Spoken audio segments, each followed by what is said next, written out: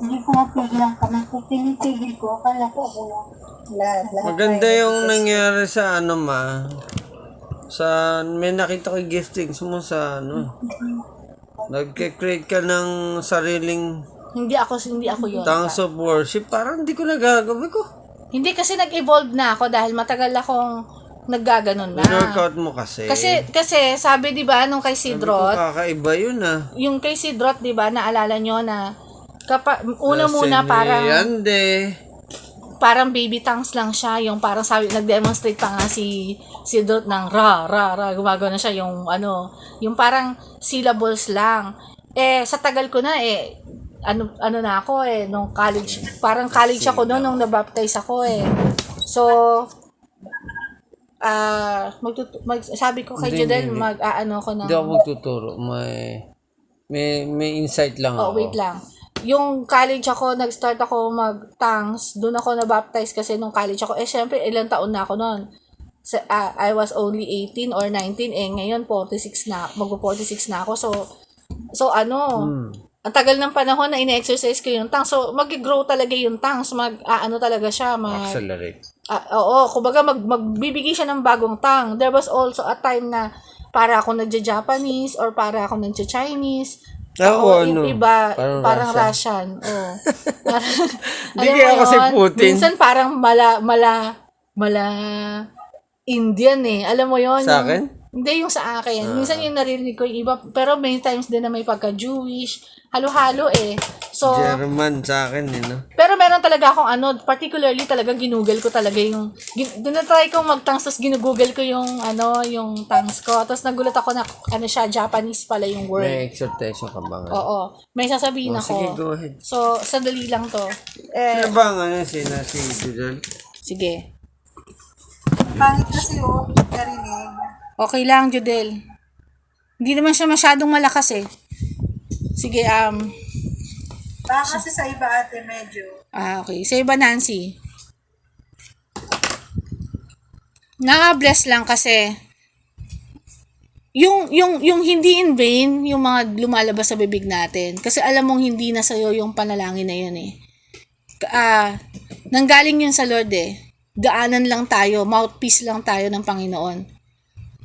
'Di ba? So, meron lang akong konting exhortation. Nadaanan ko tong post dahil ako yung nag-operate dito sa kanta. So, yung sa FB ng Kuya Ian nyo, yung na dumaan lang sa mata ko, sabi dito, your mouth can literally block all that God has for you. Sabi niya dito. So, the greatest snare or patibong in the wilderness is murmuring and complaining over your present situation. Before you reach the place God has for you. Kumbaga, the reason why kaya nga hindi nakatawid yung mga older Israelites because they continued to murmur and complain kahit na nakikita na nila yung miracles sa wilderness. Nagkaroon sila ng tubig out of rock, nagkaroon sila ng manna from heaven, 'di ba? So ang dami nilang hindi sila nagiging marumi, continuous lang silang malinis for 40 years, wala kasing laba-laba dun So remember, instead of 4, it took 40 years for the Israelites to reach the promised land because they were found grumbling. Pero ang totoo, paikot-ikot lang talaga sila dun sa lugar na yon. Pero kung totoo kasi parang 4 days lang dapat yung travel. Ginawang 40 days ng Lord, no? So, 40 years pala. So, sometimes you are simply delaying God's promises to work in your life because of your mouth. Walang ibang may kasalanan dito kundi mga bunganga lang talaga natin. Kasi ganito yan nagpray ka, maya-maya, sasabihin mo kay Lord, Lord, eto na naman, may sakit na naman ako, parang di mo ako napakikinggan. Yung may tampo-tampo-rurut ka pa kay Lord. So, hindi na pwede yung ganon.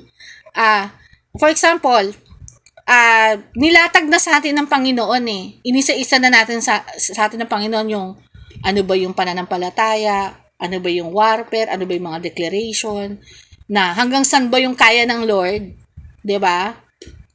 Sabi ng Lord, test me in this pagdating din sa tithes, Pero, marami pa rin sa mga Kristiyano na challenge na hindi nila binibigay yung tithes nila in full. Sorry to say pero yung iba dahil sa ito nararanasan naman talaga natin aminin natin o hindi. Yung minsan nahihiram pa natin yung tithes. 'Di ba? Kasi sa totoo lang, hindi dapat nangyayari 'yun. And meron kasing time na utang para mag-tights? hindi mo siya tinatights kasi inihiram mo siya dahil gagamitin mo. Kasi wala ka na wala na matitira sa iyo. Minsan nangyayari 'yun. Pero sabi ng Lord, oo. Pero sabi ng Lord, ayaw niya na ng ganun Ulit-ulit yan sa ilang taon. Oo, kay si Judel tinuruan dyan ng Lord. So, ayaw niya na ng ganun Ayaw na ng Lord ng ganun. May kapalit kasi yung kapangyarihan ng Diyos. And, there's a price to pay also. Meron tayong, hindi pwedeng one-sided lang yung relationship natin kay Lord. We have to know ano ba yung nasa heart ng Lord. So, kailangan nating intindihin ano yung requirement ng Lord. Pero naniniwala ako na kahit may requirements ng Lord para magamit niya tayo, naniniwala akong kakayanin. Alam niyo kung bakit? Una, andyan yung power ng will. Ito yung kasabihan di ba ng tao, pag gusto, may paraan. Pag ayaw, may dahilan. Pag ginusto mo talaga. So, nandun tayo sa, katulad dito, mas pinili nilang magreklamo Alam mo yun, parang kilala na nila si Lord na nagbibigay ng miracle. And yet, they still complain. Naku, mamamatay tayo dito lang pala. Mas okay pa sa Egypt, balik na lang tayo sa slavery. Parang ganon na mas doon nakakakain tayo, pero dito, mamamatay tayo sa disyerto. So, they don't trust God. Paano natin i-apply ngayon sa atin sa araw-araw natin pamumuhay? Ito yung dahilan kung bakit tayo tinitry ng Lord sa bagay na yan when it comes to provision. Number 1 yan, kasi diyan lalabas kung sino tayo. Diyan lalabas kung sino yung, ano yung karakter na na-develop na sa atin pagdating sa finances. Ito yun pag hindi pa rin tayo natuto sa training na to, pag nasa actual na tayo, how can we ask God to provide for us supernaturally? Kasi, for example, pag dumating na talagang taggutom, which is pinapredict na rin ng mga economists, hindi lang ng Christian, they could really tell the signs are now here. The signs of the coming na taggutom. 'Di ba? Because may mga major effects kasi yung climate change and everything, pero but aside from that, may mga other factors din na magpupush para magkaroon talaga ng taggutom. Paano tayo masasanay kung halimbawa wala talaga tayong any resources? Hindi tayo nasanay humingi sa Lord na, Lord, wala kaming pagkain ngayon. Lord, wala kaming ulam mamaya. Lord, wala na kaming bigas. Yung naglalambing ka kasi ganoon si nanay Lord, andito ako Lord, sa'yo na lang ako lalapit. Ayoko umutang Lord. Kasi nanay ko naranasan din niyang umutang, mabaon sa utang. So, nung nagsawa na si nanay, nagkademanda, munti ka namin siyang mademanda ng sumpina, dahil nga hindi nagbabayad sa lending, dahil di kaya. Kasi, alam mo yun, malalaki yung tubo sa mga utangan di ba? So, yung ano dyan is, nagtiwala siya, sinubukan niya yung kapangyarihan ng Diyos, hindi siya nagreklamo, walang reklamo si nanay, nagtiwala lang siya, and then, provision starts coming in. Katulad ako, ang laking provision yung binigay sa akin ng Lord kasi sa isip ko, hindi ako nagpanic na gagraduate ako ng high school na wala akong pang-college.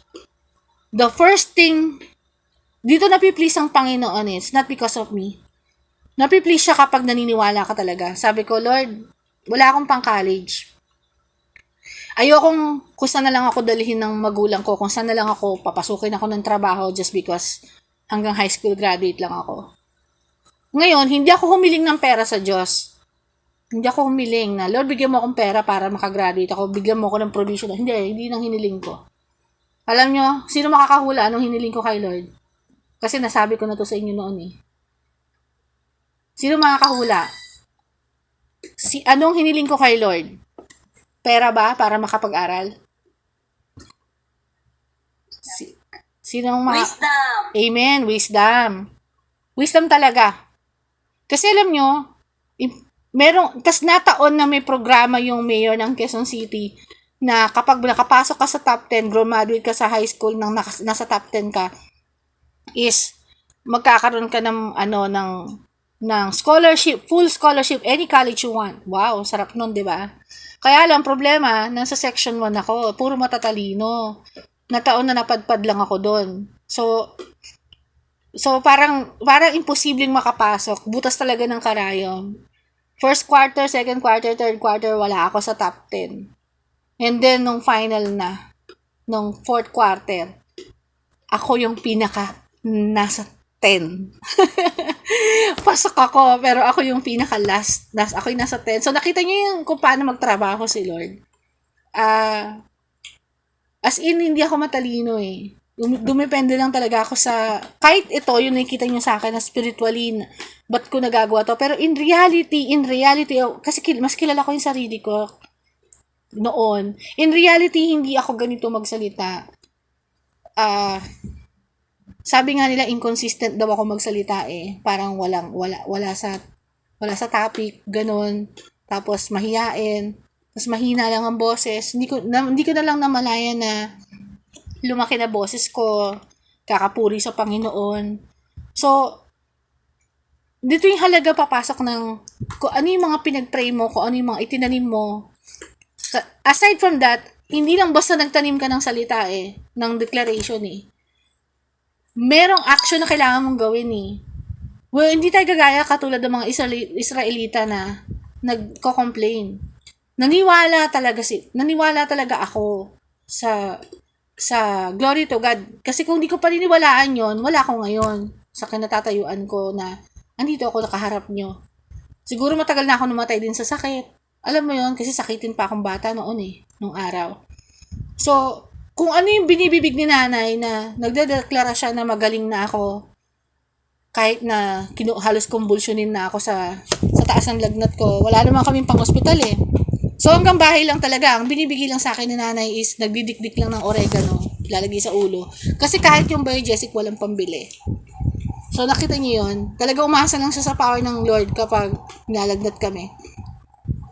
So, the factor that will bring you to your destiny is stop complaining and stop murmuring and stop saying any negative words. Huwag mong kontrahin yung prayer na binibigkas mo sa Panginoon.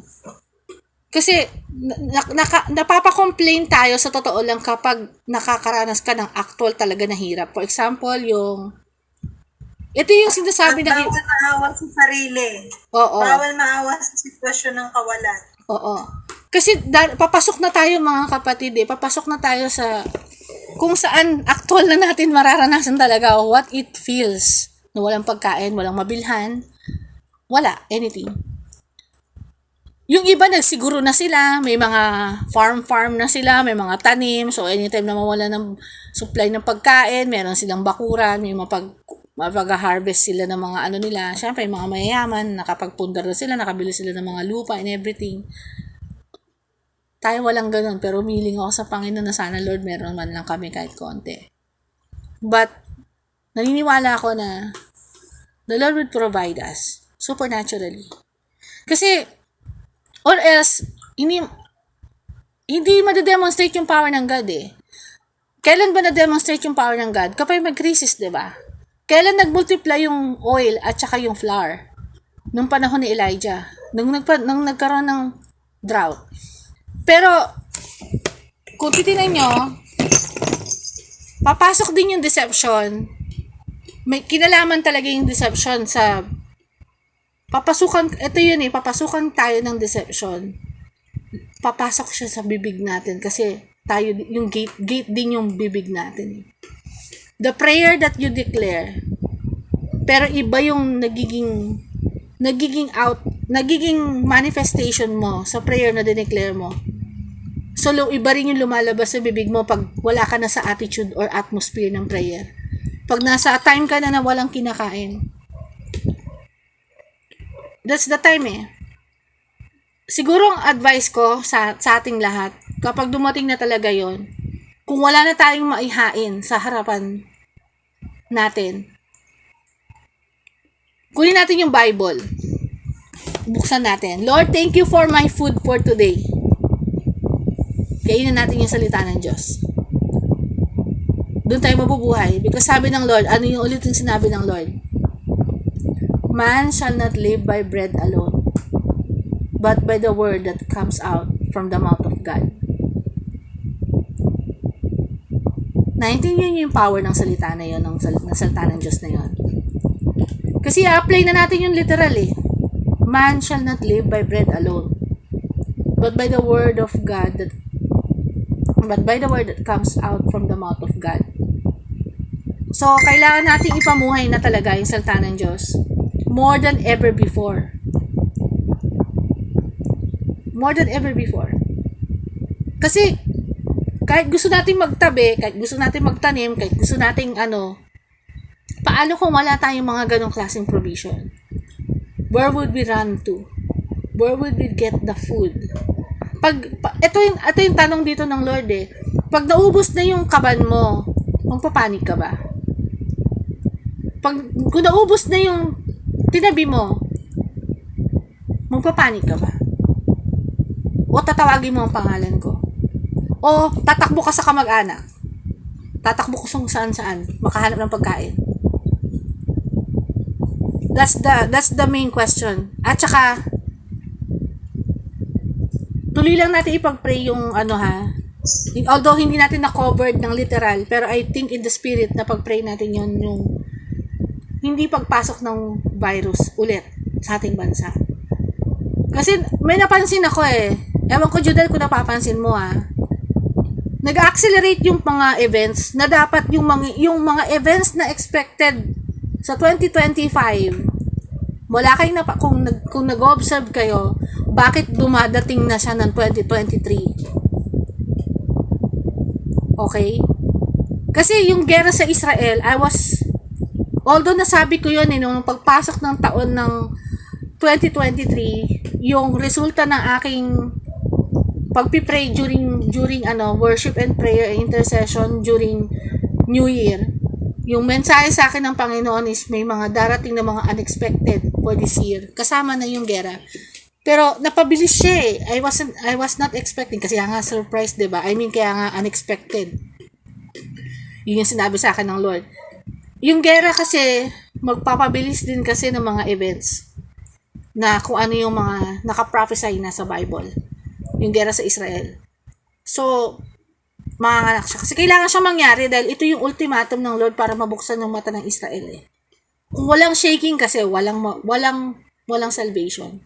There must be a shaking. That's why sabi ng Lord, once again, I will shake the heavens and the earth. Kasi may purpose yung shaking na yan. Uy, gising.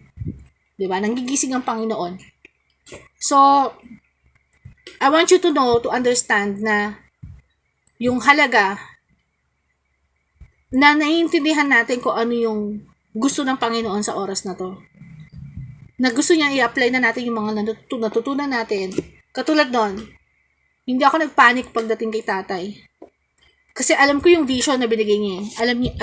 I praise God na instrumental yung vision na binigay niya kay Jodel. Kasi kung hindi ko naintindihan yung vision na yun, kung wala yung vision, people will perish. Maglalaman ako. Isusugod ko si tatay sa doktor. Anong vision? Pinakita ni Lord kay Jodel na payapa si tatay na uuwi. May kapayapaan siya, hindi siya in pain. So, yun yung inaangkin ko na hindi siya in pain. Kasi tinulungan muna namin si tatay eh. Parang hindi siya makakit ng langit. So, meron kaming binatal kay tatay para makatawid siya. Pero ang nakita daw namin ni Jodel sa dream is payapa siya, hindi siya in pain. So so yun yung tatahakin nating course of destiny para kay tatay. Mananalig tayo, dapat iisa-isip natin dito. I am asking all of us, including myself, na iisa ang ating kaisipan pagdating kay tatay. Pag nakikita nyo nang dumadaing siya, sa GC, I'm asking everyone, kasi ito yung leading ng Holy Spirit sa atin, speak in tongues. Sa Sidrot, pag nanonood kayo ng mga pinifeature niya, there was also, ang dami count, na hindi na mabilang na testimony. There was a testimony na yung tatay, anak siya, anak. I don't know kung tatay o anak, I'm sorry kasi sa tagal na na yung, sige anak na lang, yung anak niya na ospital. Tapos, dying na yung anak niya. Alam mo kung nung inutos sa kanya ng Lord, mag-speak in tongues for 7, there's certain day, hindi ko lang alam kung 7 days, na 24 hours nagtatang siya. Straight. For that specific time. I think parang 1 week. Hindi ako sure ha. Pero, after speaking in tongues, straight, halos di na siya natutulog, nag-speak in tongues lang siya. Yung agaw buhay niyang anak na buhay. At gumaling. And even the doctors were amazed. Kasi, sinabi na nilang wala silang kakayanan to heal the person. Pero dahil he is so desperate, nagawa niyang mag-speaking in tongues kasi wala na siyang, even the doctors cannot save Naintindihan niyo ba? Amen po ba? Although instrumental yung mga doctors, ginagamit ng Panginoon, but there will be a time na sasabihin ng doktor sa'yo, wala silang magagawa. I'm sorry. Pero ang Diyos may magagawa. Amen. Amen po ba? Amen po ba? Amen. Amen. Ang Diyos may magagawa. Okay? Ang Diyos may magagawa. Ang doktor wala na sila. Kung gumibap na sila, kung ang doktor gumibap, the Lord is there. And, kailangan yung kaisipan natin consistent. Kasi sa totoo lang, I also fail in this area. Hindi ako naiiba sa inyo. Kasi pare-parehas tayong mag-grow dito Wala ditong nakakaangat sa atin. Hindi ako nakakaangat sa inyo. I'm telling you. And in all honesty, I also fail in some areas. For example, yung declaration na binigay ko sa inyo, I am humbly repenting and inaamin ko na hindi ko laging nade-declare yon. Yung binigay kong declaration about the nation, that the nation is a Goshen nation. Ako na nagbigay sa inyo, hirap din akong, is a struggle for me. Pero ang ginagawa ko na lang, kasi isang buong linggo, may menstruation din ako at the same time, parang, dahil wala akong tulog, na-inflame yung dila ko. Kaya ang tongues ko sa isip na lang, so hindi ako makadeclare. So, pero I'm not limited with that. Kaso lang, ibig sabihin, hindi ko consistent talaga na de-declare ng bibig ko. Kasi ang instruction talaga ng Lord dyan, buong tapang mong i-declare in your prayer time. Yun ang hindi ko nagagawa. Kasi nga, nalimitahan ako ng katawan ko. Pero, kailangan mo talagang lumaban. Ilalaban talaga natin kailangan natin ilaban na ma-declare talaga natin yung binigay sa ating prayer declaration. Kasi, yun yung obedience natin sa Panginoon Okay? Pwede ba kayong mag-click ng thumbs up or emoji? Sino dito yung talagang, kailangan mag-aminan tayo na kung lahat ba consistent na na-declare yun o hindi. Pag hindi na-declare, mag-ano kayo ng emoji. O kaya yung kamay na, o yun. Sino pa yung hindi nakakagawa ng regular? Dali! Umamin na. Hindi ko nga alam yun Ay, hindi ka nagbasa ng GC. Sino yung hindi nakakagawa talaga ng regular? Hindi niya nade-declare yun. Baka si tatay nagagawa niya Kasi ito, maraming oras si tatay Tama ba, Ate Jen? Ikaw ba, Ate Marlene? Sa umaga. Sa umaga. Ko. Nag ako ng sa madaling araw. Nade-declare mo siya, Ate Marlene? Nade-declare mo? Speaking tongues. Oo. Speaking tongues lang. Pero hindi, yung... Magdidictate rin ako mga word ng kaunti. Ganyan. Pero yung specific na declaration na sinend ko sa GC, hindi mo siya nade-declare. Yung kaninang pinag-pray ko, yung mahaba na declaration. Hindi ko pa yun na Kasi inutos ng Lord na i-declare yun that the Philippines is a Goshen nation. Kasi mahalaga yun Oh, so, Sulat mo Ate Marlene kasi Oo. nasa ano na siya, mas taas na kailangan talaga isulat kasi matatabunan. Matatabunan siya eh. Si May ba, nagets mo ba yung sa GC, May? Hello po ate. Oo. Hindi din po. O yun. So, nire-remind tayo ng Panginoon. Gracious naman ng Panginoon, hindi naman niya tayo kinokondemn eh. I mean, pero kailangan natin gawin na may buong tapang daw na declaration. And I'm not only speaking to you, I'm also speaking to myself. Kumbaga na gawin talaga siya ng consistency. Ikaw ba, Judel, na-declare mo yon? Hindi rin. Alam mo, print ko siya. Nung na-print ko, Oh, itong buong 1 week, oh. nawala ako. Ngayon, hindi ko maalala. Wala na dito. Hello, seryoso si Lord dito. So, kailangan natin gawin. Nagbantay eh. Sabi ko, tapos kanina, Oh. na-remind ako nung nag-declare. Kasi sabi ko, nga pala, Lord, may print ako nito. Saan ko kaya nilagay? Oo. Hanapin ko na naman siya mamaya. Oo, kailangan daw natin isama. And, meron pang isang pinare-remind si Lord, actually, ito yung, di ba may instruction si Kaydan Balais na mag-pray ng supplication, di ba, sa Israel. Yung isa rin na kailangan nating kantahin, i-meditate natin yung Aaronic blessing, yung Yevareke ka Adonai veishmare ka. Kasi yun yung prayer niya for Israel sa prayer song. The only prayer that the Lord wrote in the Bible for Israel. So, siya yung sumulat nung prayer na yon, tas kinakanta natin. So, isa yun sa isasama natin sa prayer time natin. Kapag nag-spend tayo sa Lord. Paki-pray yung Aaronic blessing daily, araw-araw yan. Sasama natin siya sa natin. So, i-remind ko lang ulit, yung mga reminders ng Panginoon na walang condemnation dito kasi napaka-gentle nga ng Lord nung nag-remind sa akin eh. Alam mo yun, hindi ako naka-feel ng kahit anong condemnation. May peace ako. Nung niremind niya ako na, anak, ikaw nagbigay ng prayer tapos hindi mo pray. Diba? So, kailangan nating maging consistent. Actually, yung word niya sa akin na Rema word is consistency.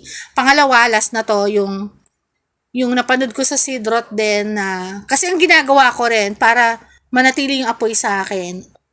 Aside from yung nagme-meditate sa word ng Lord ng mga kahit verses lang, hindi naman kailangan minsan mahaba. Yung nanonood talaga ako ng mga godly videos. Kasi actually, ang mga testimony will keep you always on fire. Tandaan niyo yan. Sabi kasi, di ba, we overcome Him by the blood of the Lamb and by the word of our testimony. Testimonies will keep you on fire. Kaya I encourage you na manonood kayo ng testimonies din sa Sidrot. So, meron kasi siyang bisita na confirm na naman sa akin na tama yung hinala ko. I mean, discernment ko pala. Nung namatay si nanay, na-discern ko siya na gusto niyang bumalik sa katawan niya. Sobrang, siya mismo na-shock siya na hindi niya, si nanay mismo, hindi niya akalain na parang hindi na siya makabalik sa katawan niya. So, parang nagpanic din si nanay na parang, teka lang, kailangan kong makabalik. Kasi nakita niya na yung mga reactions namin na ako, nag-hysterical, umiiyak na, alam mo yun, natataranta na kami lahat. Tapos, hindi pa siya kagad sinusundo nung time na yun. So, nandun lang siya, witnessing what is happening around her body. Tapos, yung nag-testify din dun sa Sidrot, namatay siya lang literal. Na parang 30 minutes siyang patay. Tagal din, Tapos, I think, nung namatay siya, para may nangyari kasi sa kanya, hindi ko alam kung bakit may lumagutok doon na buto niya, tapos doon na nangyari. Kasi siya isa siyang Christian siya, pero masyado siyang judgmental. Alam mo yun, yung parang masyado siyang nagkikriticize ng ibang tao.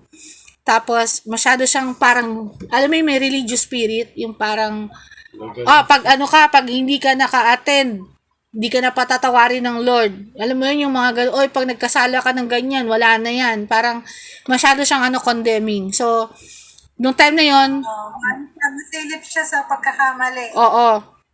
So, parang masyadong kalkulado, kailangan lahat, wala namang masama doon, kaya lang sumobra siya So, nung dinala siya sa heaven, alam mo kung anong sabi sa kanya ng angel, nung sinundo siya, parang, it's time for judgment. Sinusundo ka namin dahil sa judgment mo na, ha? Gulat siya. So, nung dinala siya sa heaven, nung pinakita sa kanya ng Lord yung yung buhay niya, pinapanood siya ng, ganun naman usually, pinapanood siya ng parang sine. Tapos doon niya nakita yung yung, na kahit ganun siya, ito yung nakakagimbal sa lahat. Ito pala yung pinaka nakakakaba, Jodel, Ate Marlene, Ate Jen, May, Nancy, Tatay. Yung part na hinahanap yung pangalan niya, yung Green Angel binuksan na yung Book of Life. Parang ang tagal nang nag-iisa-isa. Iniisa-isa-isa. Halimbawa, Olivia, John. Ang tagal niyang inaantay na ma-mention yung pangalan niya. Kinakabahan siya dahil baka mamaya wala siya dun sa Book of Life. Sobrang haba na ng listahan na nabasa, hindi pa rin na-mention yung pangalan niya. And then finally, nakakaba daw yun. Finally, nabanggit din yung pangalan niya. Pero sabi niya, bakit kaya it took a while? Tapos, yung pala, alam mo, ito lang yung mga reasons kung bakit nasa Book of Life siya. Pinakita sa kanya ng Lord, kahit na malaki ang kasalanan niya na judgmental siya. muna. Wait lang, Pap. Interrupt ka kasi Oh. medyo nagtataka lang ako.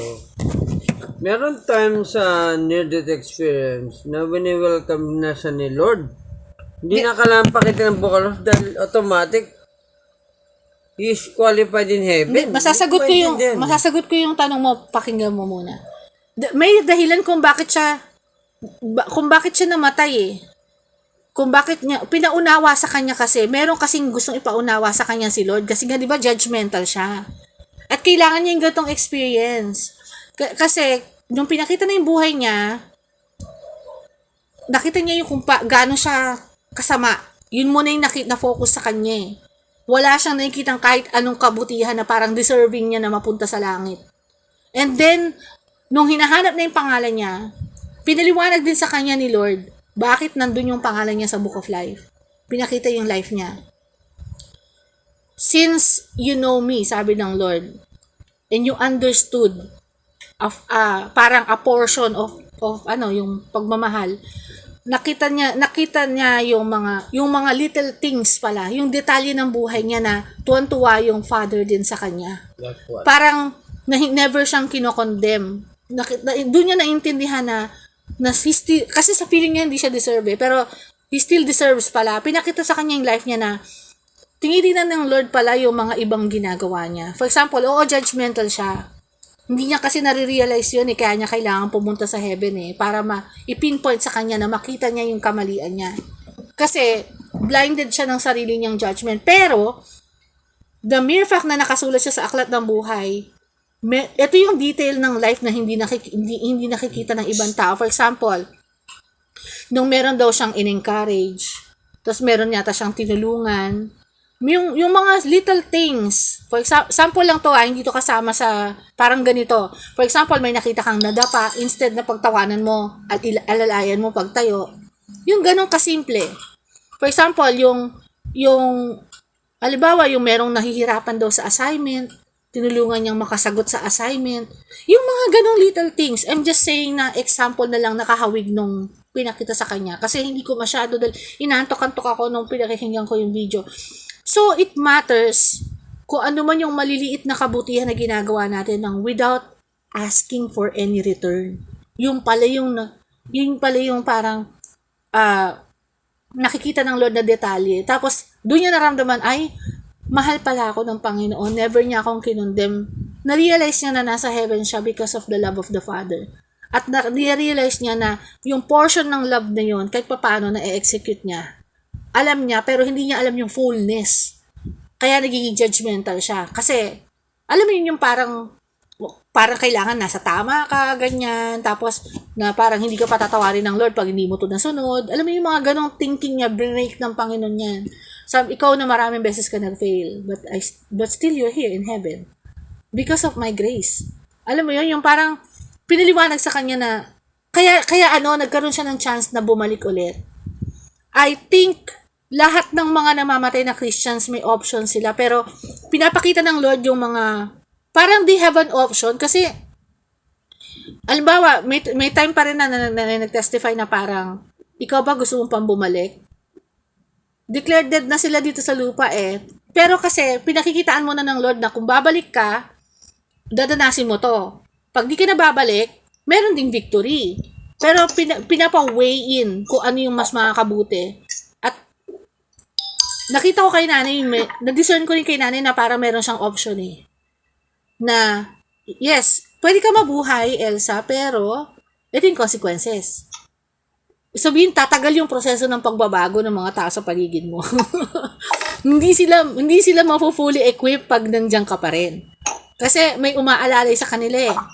Pero Elsa, pag umalis ka, pag pinagpatuloy mo na dito ka na, eto yung mangyayari sa kanila. Eto sila ngayon. Ayan si Jodel, nakatayo. Ako, nakatayo. Si Nancy, lahat tayo na on fire, manalangin. Si tatay, pinaka-greatest ano talaga is si tatay. Diba? Yung transformation ni tatay. So kung nandiyan pa rin si Elsa, walang tatay na ganito ngayon. Na nag-e-endure. Na pinalalakas ng Lord yung pananalig. I'm sorry pero character talaga eh. Kasi yun ang dadalihin mo yung character mo eh. Pagdating mo sa langit, yung character talaga yung titingnan. Yung puso talaga yung titingnan. Okay? Ayaw kasi ni Lord na maging routine. Oo. Ayaw niya maging... Ginagawa natin every Sabbath. Oo. Gusto niya may puso na pag may ginagawa ka, based sa pagmamahal mo sa Panginoon. So, hindi tayo na oobliga lang. Okay, ginagawa natin yung mga bagay na responsibilidad natin dahil mahal natin ang Diyos. Walang ibang halong motibasyon dito. Okay? And ito sabi ng Lord, ito, ulitin ko lang yung kaninang sinabi ng Lord sa akin, pang final na to. Sabi ng Lord, dahil habang nasasanay na kayo di ba? Ganito yung routine natin. Hindi ko na kayo kailangan pagsabihan. Dati nagtatanong pa kayo na, magpa-fasting ba tayo? O ganito, ganyan. Sabi ng Lord, you have to discern the times and the seasons. Yun yung seasoned warrior. Na, hindi ka na kailangan pagsabihan. Ito yung dinemonstrate niya sa akin kanina. Parang, di ba, sa isang sundalo, sa isang platoon na training, kapag oras na ng gera, may nakikita ka pa bang nagtatanong sa, Sir, ano pong rifle lang gagamitin ko? Sir, ano pong... Babaguhin ko ba, sir? Oo. Pag umano na yung signal na may war, nag-sound na ng alarm, automatic, Kanya-kanya na kayo. pupuntahan nila yung dapat, alam nila yung destination nila, alam nila yung weapon na gagamitin nila, alam nila yung isusuot nila, alam nila kung saan sila puposisyon, hindi na sila tuturuan, dito ka. Alam mo yon na parang, dyan ka, alam na nila yung assignment nila. Alam na nila yung gagawin nila. Alam na nila kung paano bumaril, alam na nila yung tatargetin nila. Well-instructed, well-trained na sila. Napansin mo, very symbolic na ang mga sundalo kailangan dumaan sa putikan, kailangan umakyat sa mga challenging na kailangan, minsan pa nga yung may ibang sundalo na minsan, grabe yung yung initiation nila, yung training nila, paglinis sila ng inidoro at pag hindi malinis yung inidoro, ilulublob sila sa inidoro. Minsan may mga ganun training ang sundalo na hindi na namin media. Pero meron ako narinig na ganun testimony. And sometimes pinapainom sila ng sarili nilang ihi. Alam mo yun, grabe yung mga training nila. Para maging tough sila, na parang walang... Kaya tingnan mo, di ba? Pag nakakita ka ng soldier, parang mga bato. Sabihin, pag tinignan mo sila, parang ang titigas nila, parang di sila natitinag. Kung nakakita na kayo ng totoong soldier, ako nakakita na ako kasi maraming beses dahil malapit lang kami sa kampo eh. Jordan. Yeah, pero I mean yung mga Pilipinong sundalo, kasi si Jordan, somehow na yun eh. Pero yung mga Pilipinong, particularly Pilipinong sundalo kasi tayo'y pinili ng Lord para maging army in these last days. Alam mo yun yung parang literal, parang si General Bato. Parang ganun, yung parang astigin. Alam nila yung gagawin nila. Parang hindi mo sila maluloko.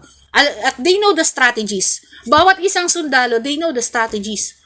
So, ganun din tayo in the spirit. As warriors, alam nyo na yan, hindi na daw tayo kailangan sabihan, mag-fasting ka ngayon. It's a lifestyle, sabi ng Lord. It's a lifestyle. Prayer is a lifestyle.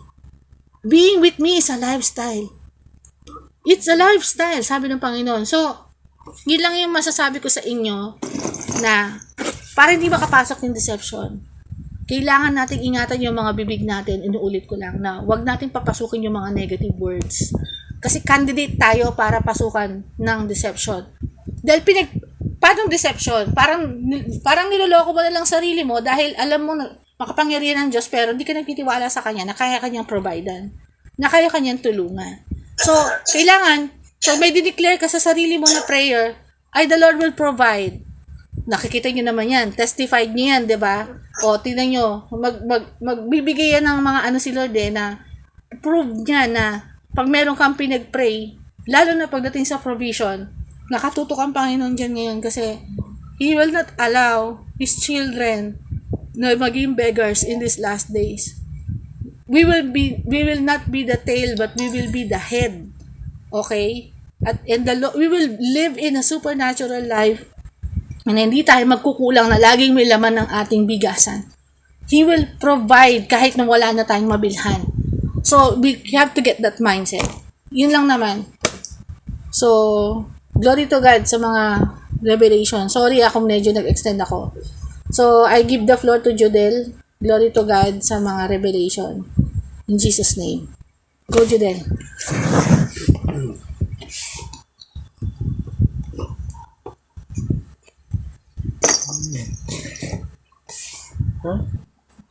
Habang nag-worship tayo, nakatulog si Yen. Wow. So, pagtulog ni Yen, may substitute. Ang substitute, yan. Pinigil yan. Si Jillian.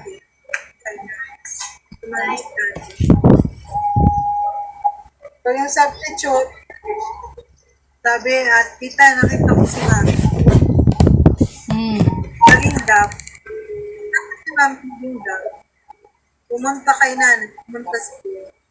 Pagkatapos ng tita, Nanay Elsa, nakabang ko nandito sa may pinto natin. Kasi dalawa yung pinto namin likod at saka harap. So, nakita niya sila sa may likod natin. Sabi niya, tapos mamaya, tita, nakita ko yung angel. Nasa likod na lamig na. May hawak na scroll. The scroll is Romans 5:18. Why is this happening na? Sabi ko, Lord, madalas kasi ito nangyayari na Tay, hindi ito Tay. Tay, pakimute, Tay. Na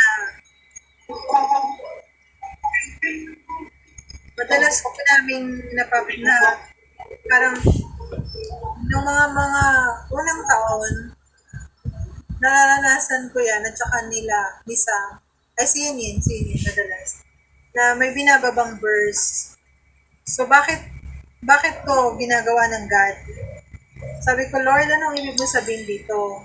Sabi ng Lord, kanina hindi ko maintindihan. Tapos sabi ni ate, wala rin akong preparation na ginawa. Sabi ni ate, ikaw na, Judel. Sabi ko, sabihin ko dito, Lord. Tapos sabi, kailangan natin masanay na ang mga anghel, tandaan ninyo, darating kasi ang time na makikita natin visible yung mga angels. And yung mga angels na yan, hindi for entertainment. Okay? Kasi, baka, just to prepare us, no? Bakit may verse kapag bumaba yung angel ni Lord? Bakit may verse, no? Kasi ganito yan. Ang tunay ng mga kawal ng Lord, kapag nakita nila yung mga anghel ng Lord, hindi ibig sabihin yan ine-entertain kayo. Okay? There's a message behind. May mga mensahe yan. As a remnant, sinabi sa atin nila Nabil na makikita ng visible in this last day sa mga anghel, akyat baba, at may mga kasamang mga instructions. May mga mensaheng nakapaloob. So, bakit sabi ko, ganun ba, Lord? Sabi niya, baka nakakalimutan mo na magme-message ako sa inyo and ibababa ng Lord ang mga instruction through angels. Amen. Through angels. So, in these last days, isa sa sign na tayo ay nandito sa remnants, na sa remnants tayo is, excuse lang saglit lang. Sabihin lang sila. Lord Wait, is, ulitin mo, Janelle. magbababang loob. Ulitin mo. Kasi nawala yung record. Game. Isa sa sign na mga anak tayo ng Lord, mga remnants tayo, is nagbababa ang mga anghel ng instruction sa atin at ng mga verses.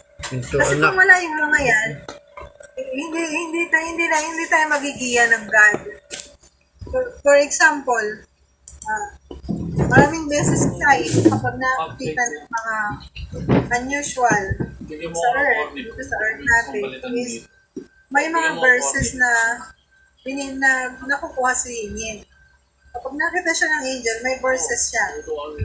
Ganon din minsan, pag halimbawa nag-usap kami ni Lord, tinatanong ko si Lord, Lord, ano ba yung verse dito na tama? So, binibigay ng God yung eksaktong books and chapter and verses na eksakto doon sa kailangan ko. Kasi sandata yan. God last days, mawawalan tayo ng sistema sa mga cellphones natin. But the good thing is, mawawala yung sistema ng cellphone, pero ang sistema ng Diyos hindi mapuputol. Amen po ba? Hindi na puputol ang sistema ng Diyos. Ang sistema ng tao lang ang pwedeng maputol. At ang sistema ng tao may kapasidad. No? Merong hangganan yung kapasidad.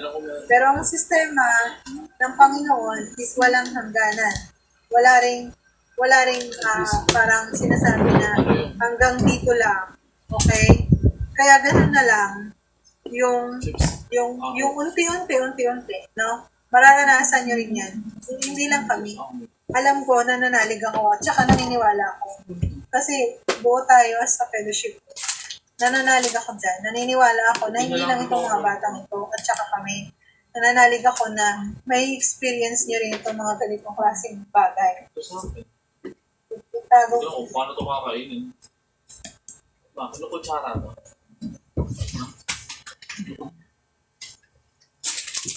Ano yun?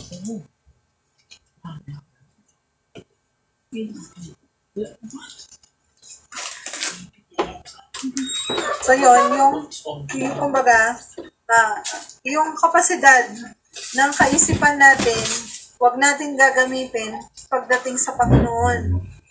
Hayaan natin na makita natin yung kapasidad ng Panginoon sa paggalaw sa mga buhay natin. Napaka-importante ngayon nun. Kasi, hindi lahat tayo kasi ngayon may limitasyon. Kahit ang gobyerno.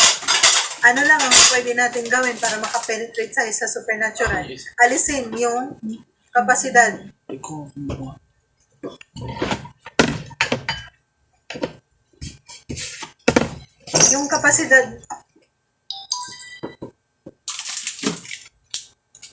Yung kapasidad natin bilang tao, huwag nating babasihan sa kakayanan ng Panginoon. Dito tayo minsan nag-failed eh. Kasi kahit ako hanggang sa may masmasan ako, wait lang Lord, teka Lord. Teka, babawiin ko tong iniisip ko, hindi ganito yun. Bakit? Kapag nakita nyo tingnan nyo na lang si Peter, okay? Sampulan ko kayo kay Peter. Kasi kailangan natin, yung mentalidad natin, kailangan talaga natin maturuan madisiplina natin. Pagdating sa kakayanan ng Panginoon, look at Peter what he did. Sabi ni Lord, halika dito, nakita ni Peter, namanga siya, naglalakad si Jesus sa tubig. Oy, Lord, ako din, gusto ko rin dyan. Si Peter kasi sa lahat ng disciples ni Lord that time, si Peter yung pinaka-bida-bida. Gusto niya lagi siyang nai-involve sa kung anong meron. No? So, si Kuya Ian, as Bible reader, alam niya yan. Napakaano ni Peter, no? So, makikita niya dito, Lord, gusto ko yan. Sabi ni Lord, halika dito. No, halika dito, lakad ka rin. So, nung na-excite si Peter, tingnan niyo to, pansinin niyo, nung na-excite si Peter, hindi niya tinignan yung kapasidad niya. Nakapokus siya doon sa kakayanan ng Diyos. Ay, nakakalakad si Lord sa tubig. Hindi niya tinitignan na hindi siya nakakalakad. Kasi nakikita niya nakapokus siya doon kay Lord So dahil nakafocus siya kay Lord, ang sabi ng utak niya, ay, nakakalakad si Lord sa tubig, gusto ko yan. Hindi niya nakita yung sarili niya, that moment. Ang nakita niya si Jesus. Boy, ang galing. Nung nakakalakad na siya, na-realize niya, naglalakad siya sa tubig. So bakit siya nag-sink down? Kasi tinignan niya yung kapasidad niya. Ala, naglalakad ako sa tubig. Okay? So, ano nangyari? Lumulubog siya unti-unti. Bakit? Kasi nakafocus na siya sa kapasidad niya bilang tao. Uy, naglalakad ako sa tubig. Na-distract siya eh. Nawala yung mata niya habang naglalakad siya. Kung aaralin niyo mabuti yung ano nila, yung situation nila nung panahon na yun, nawala yung mata, yung focus niya kay Jesus. Napunta yung attention niya doon sa kahinaan niya, doon sa kapasidad niya bilang tao. Kaya unti-unti siyang lumulubog. No? Ang good thing lang is marunong si Lord. Si Peter magsabi ng, Lord, tulungan mo ako. No? Marunong siya. Na nag-humble siya agad, Lord, tulungan mo ako. Kaya naman si Jesus nandoon para iangat siya ulit sa tubig. Tingnan niyo mabuti, nasaan yung faith ninyo dito. Tingnan niyo mabuti yung faith natin dyan. Tingnan niyo mabuti yung character na yan.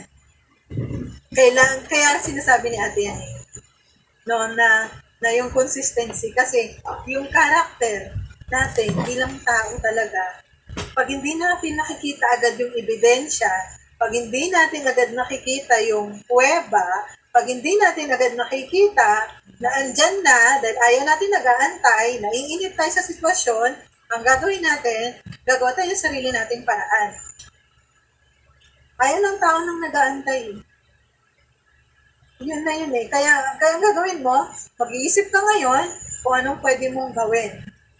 But sabi nga ni Sado, you need to learn the art of waiting. Art of waiting. The art of waiting, ang key niyan is the art of trusting the Lord no matter what happened to you. May makain ka, wala kang tubig, wala kang pera, okay Lord, I wait for you Lord. So, kasi hindi siya makagalaw sa atin kung hindi natin ipagkakatiwala ng fullness yung kalooban ng Diyos. Hindi yan makakagalaw. Kasi nandyan pa yung kamay mo eh. Anong sabi ni Lord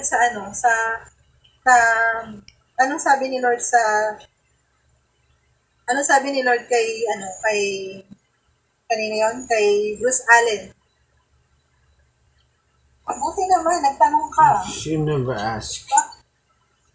Kasi hindi ka nagtatanong eh, sabi ng Lord. Diba? Hindi siya nagtatanong.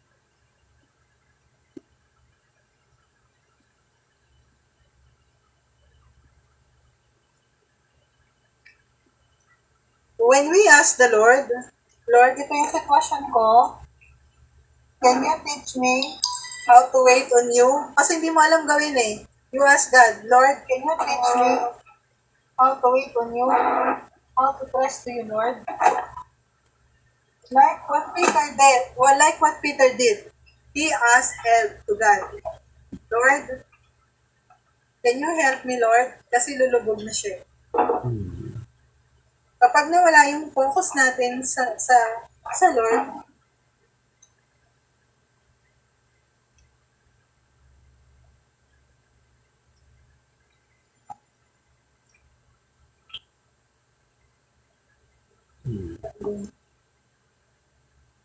yun yung babaunin natin this week kasi we need to really learn to trust the Lord kasi medyo hindi, alam niyo, minsan hindi talaga umayon yung sitwasyon sa atin. At napakahirap mabuhay ngayon. No? Napakahirap mabuhay ngayon. In order na maka-survive tayo, is we need to focus doon sa kakayahan ng Diyos. Kasi wala nang kakayahan ng tao. It's only God.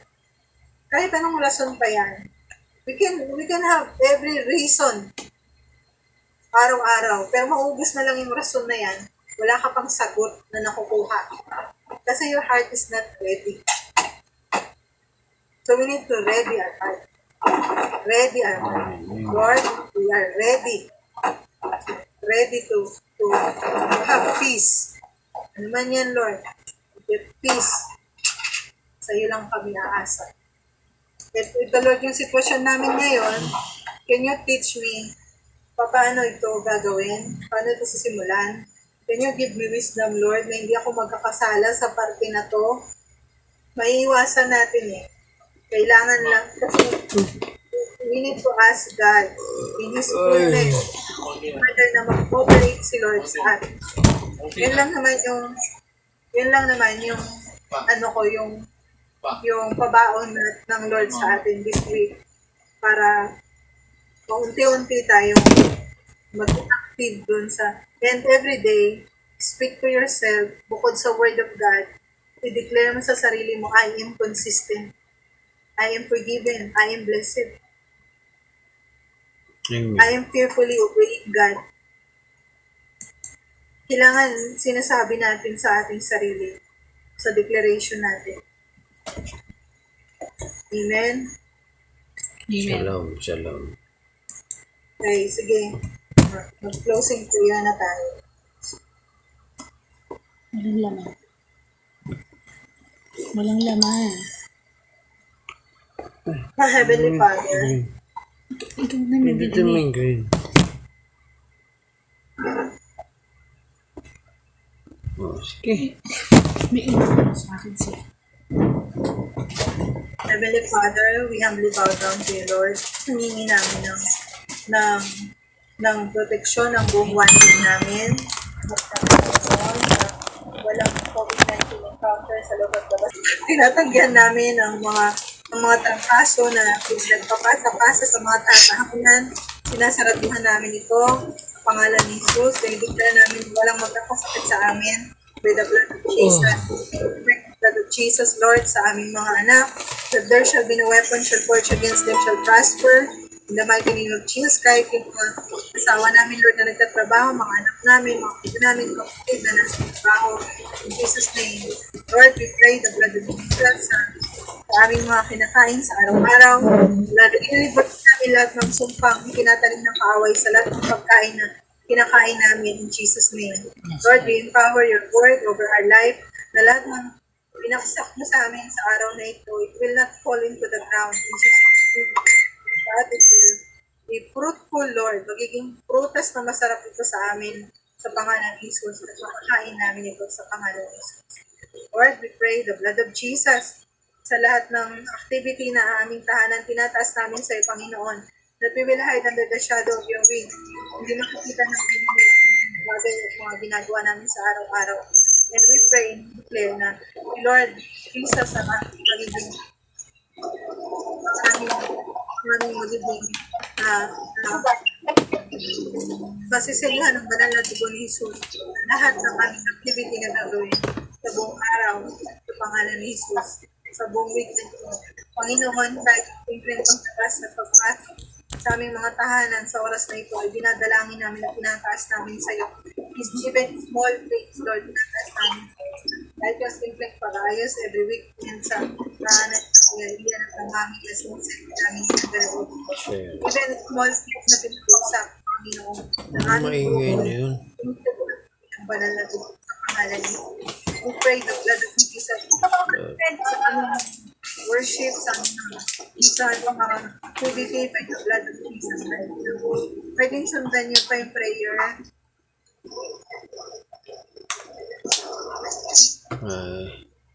I connect with your prayer today. Lord Heavenly Father, salamat po sa day na ito, Panginoon. Nakita namin, Lord, na nagkaroon ng far from the normalcy of our day-to-day and every Sunday, Lord, service, Panginoon. Hindi hadlang na kami ay small in number, but we are in the book of Acts. Yes, Lord, we are living, we walk the talk at the same time, Lord, dahil sa suliranin, nagkakaroon kami ng zeal, opportunity to pray one another because our heart is seeking for hunger, and our hunger for God also brings back to the people, and the people wants you to pray one another, Lord, because You have everything. You're perfect, Lord. But of your perfection, we see our neighbor, our brethren, Lord, to pray one another, to love one another, and to focus on our special, Lord, kaming may mga infirmities, lalo na sa aking Tatay Pablo. Panginoon, our house is a house of prayer, and a house of worship, and a house of where there is fire in our hearts, down to our belly, comes out of our mouth, and it's surrounded to our shelter. Because your word is a lamp to our feet and guide to our path. In the name of Jesus. Yes, Lord, the Spirit help us in our weakness. In the very weakness of you're the strongest, Lord. When we are poor, you are rich, oh God. In the times of trouble, you are there, Lord Jesus. I'll bless Lord at all times. His praise will be continually in my mouth. We taste and see, for the Lord is good. Blessed is the one who hungers after Him, Lord God. When we are alone, we are there, Lord. We are maturing Christian. Lord, salamat, Lord, na kahit wala sa service na ito, nakikita namin sa bawat Kristiyano na rito, Panginoon, ay inihanap ay yung mukha kahit wala kami sa presensya ng tao na magpe-please na kami ay nag-worship sa iyo. Because our true place is the place of a prayer closet where no one will see us but you and me alone, O God. Lord, as we pray for the tithes and offerings, O God, salamat, Panginoon, na you mold mo aming church. Nakikita ko na lang aking bilang Lord, treasurer ng aming simbahan. Nakikita ko, Lord, na ako'y natutuwa. Marami ang nag-iikap po kahit hindi sila nagsasabi ko sino sila. Lord, I bless them because you will reward for those who are cheerful giver, God. Not only in physical blessing, not only in material blessing, but also, Lord, in spiritual blessing, Lord. Lord, thank you, Lord, for this day. This is the day for the Lord has made, and we will rejoice and be glad for what you have done. In Jesus' name. Tay, benediction, Tay. Tatay. The Lord bless you and keep you. The Lord make His face shine upon you, be gracious to you. The Lord lift up His countenance upon you and give you peace. May the blood of Jesus thank you, Spirit. Salamat.